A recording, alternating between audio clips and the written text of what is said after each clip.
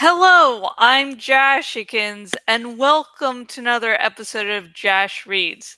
Tonight, I'm going to be continue reading Eragon by Christopher Polini, which is the first book and what became the Inheritance Cycle. Originally, it was 3 books, but then it's like Christopher Polini was, writing the third book. Then it's like, oh, need to split this into 2 books. So yeah, and I hope everyone coming here to view this tonight is doing so to help escape the state of the world at the moment. If you live in the U.S., yeah, you like over the past week, I I've I have not been in a good mental state, and so I have to actually just view bits and pieces of the news, gets updated here and there, or else I would just break apart completely and not be able to move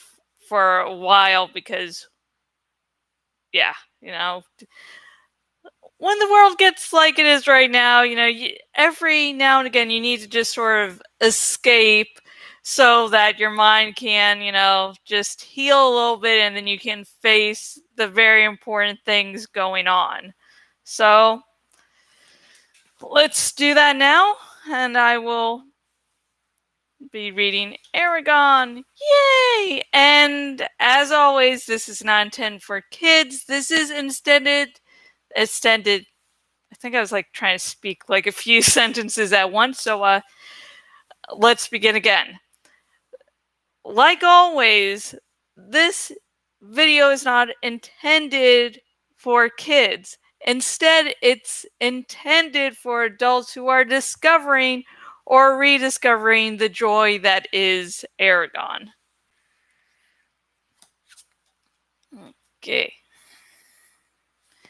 The chapter title is called Flight of Destiny. So, it's going to be a very happy chapter.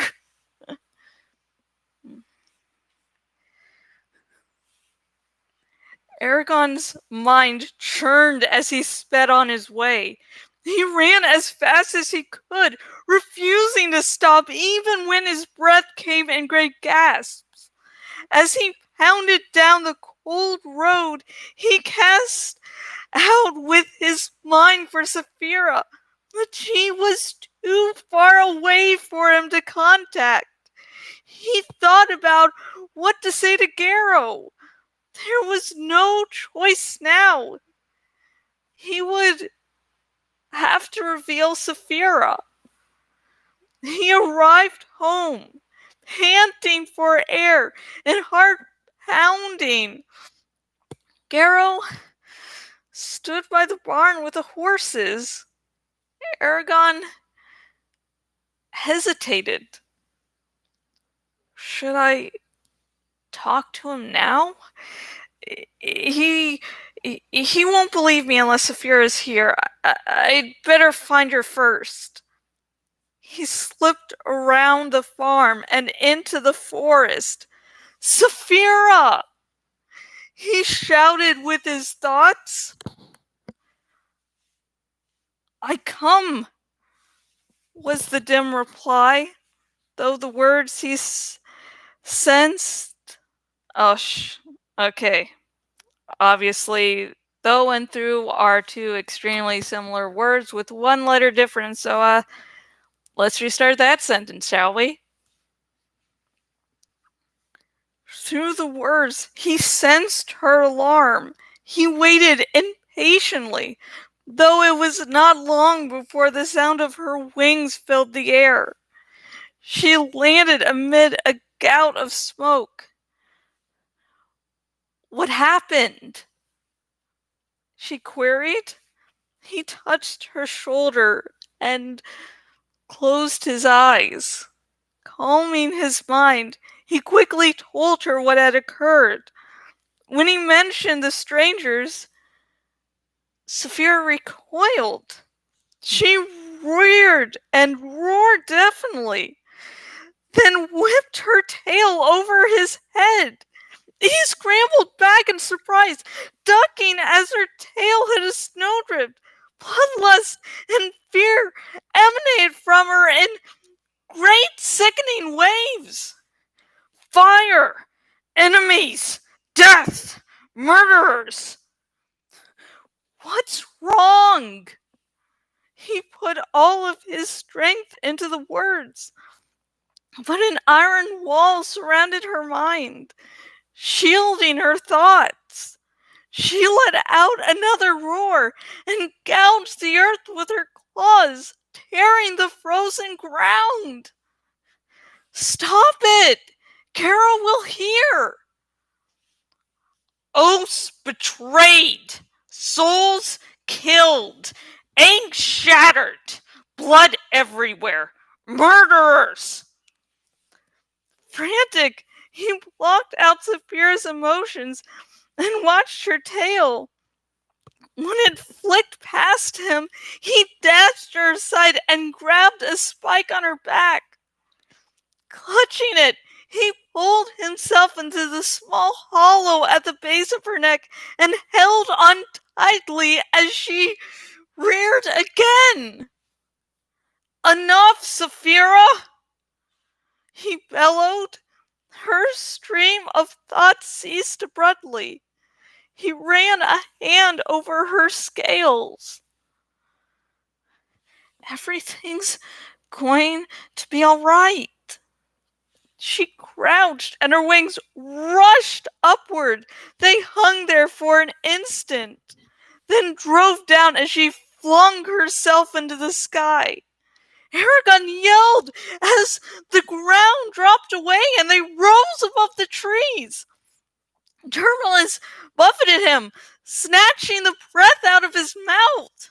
Saphira ignored his terror and banked toward his spine. Underneath, he glimpsed the farm and the Nora River. His stomach convulsed. He tightened his arms around Saphira's neck and concentrated on the scales in front of his nose, trying not to vomit as she continued to climb. When she leveled off, he gained the courage to glance around. The air was so cold that frost accumulated on his eyelashes. They had reached the mountains faster than he thought possible. From the air, the peaks looked like giant, razor-sharp teeth waiting to slash them to ribbons. Saphira wobbled unexpectedly, and Eragon heaved over her side.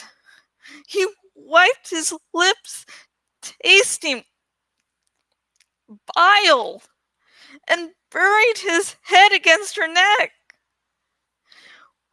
We have to go back, he pleaded. The strangers are coming to the farm. Carol has to be warned. Turn around. There was no answer. He reached for her mind, but was blocked by a barrier of rolling fear and anger. Determined to make her turn around, he grimly wormed into her mental armor. He pushed at its weak places, undermined the stronger sections, and fought to make her listen. But to no avail. Soon mountains surrounded them, forming tremendous white walls broken by granite cliffs. Blue glaciers sat between the summits, like frozen rivers. Long valleys and ravines opened beneath them. He heard the dismayed screech of birds far below as Saphira soared into view. He saw a herd of woolly goats bounding from ledge to ledge on a rocky bluff. Eragon was battered by swirling gusts from Saphira's wings, and whenever she moved her neck, he was tossed from side to side. She seemed tireless. He was afraid she was going to fly through the night. Finally, As darkness fell, she tilted into a shallow dive. He looked ahead and saw that they were headed for a small clearing in a valley. Saphira spiraled down, leisurely drifting over the treetops. She pulled back as the ground neared, filled her wings with air, and landed on her rear legs. Her powerful muscles rippled as they absorbed the shock of impact. She dropped all fours and skipped a step to keep her balance. Eragon slid off without waiting for her full... Okay, sorry, I got too into the moment and I forgot how to read English, so hang on a moment. Okay. I'm just going to do it at the start of the paragraph because I forgot what sentence. Okay. I'm gonna get it perfectly this time. He looked ahead and saw that they were headed for a small clearing in a valley. Saphira spiraled down, leisurely drifting over the treetops. She pulled back as the ground neared, filled her wings with air, and landed on her rear legs. Her powerful muscles rippled as they absorbed the shock of impact. She dropped to all fours and skipped a step to keep her balance. Eragon slid off without waiting for her to fold her wings. As he struck the ground, his knees buckled and his cheek slammed against the snow. He gasped as excruciating pain sheared through his legs, sending tears to his eyes. His muscles, cramped from clenching for so long, shook violently. He rolled onto his back, shivering, and stretched his limbs as best he could. Then he forced himself to look down. Two large blots darkened his wool pants on the insides of his thighs. He touched the fabric. It was wet. Alarmed, he peeled off the pants and grimaced. The insides of his legs were raw and bloody. The skin was gone, rubbed off by Saphira's hard scales. He gingerly felt the abrasions and blinched. Cold bit into him as he pulled the pants back on, and he cried out as they scraped against the sensitive wounds.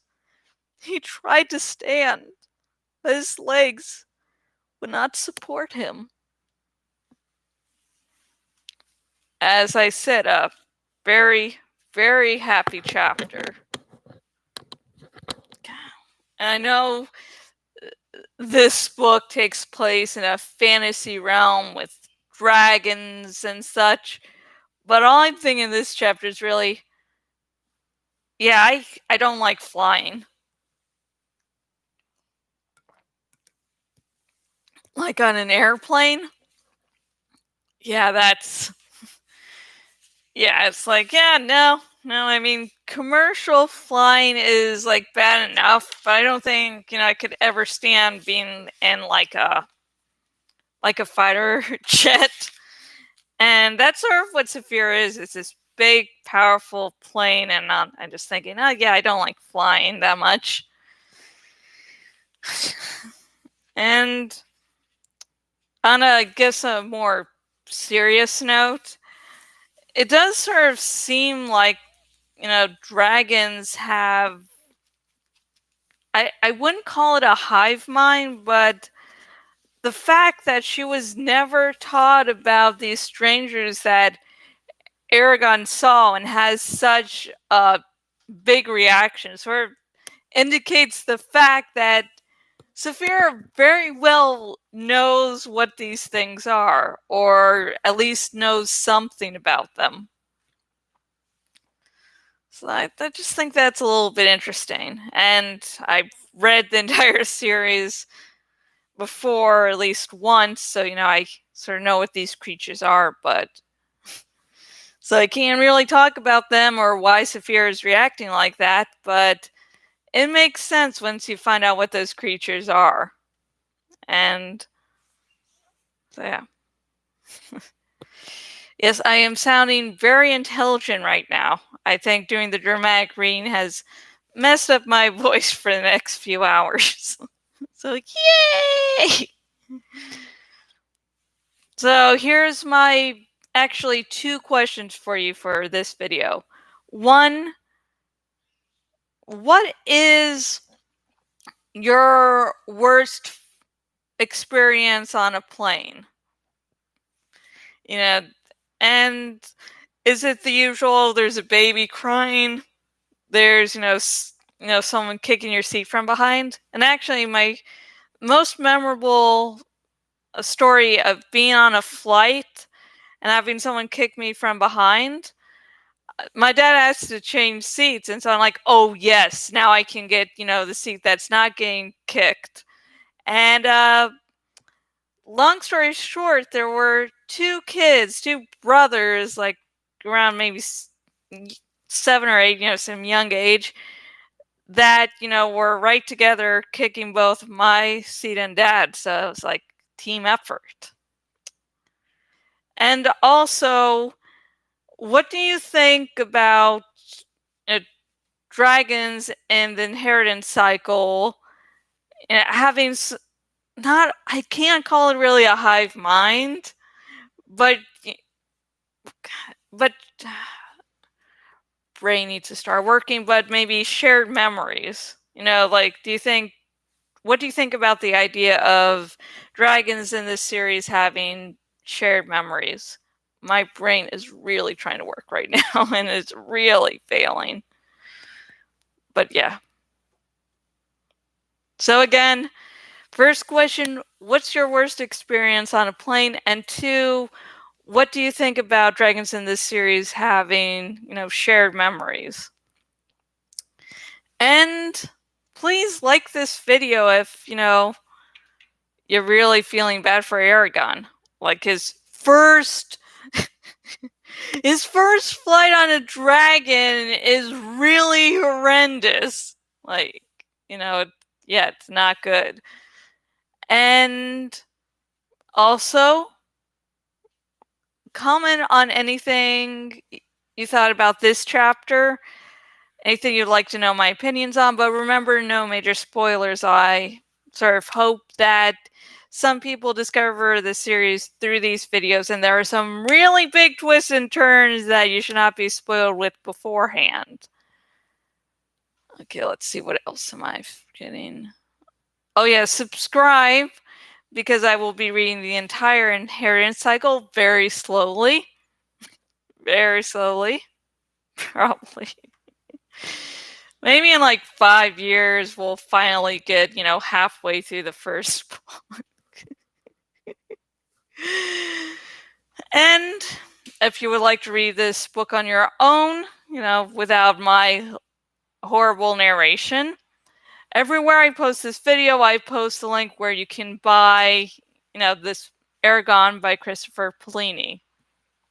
And stay safe. If you don't have to go out of the house, don't go out. I know it's nerve-wracking at times, but stay inside.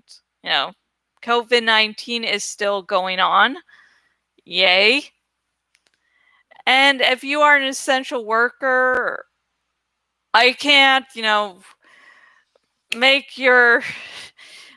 make the safety at your work environment any better. I can't pay you anymore. All I can do is say thank you very much. Thank you, thank you, thank you. And until next video, goodbye.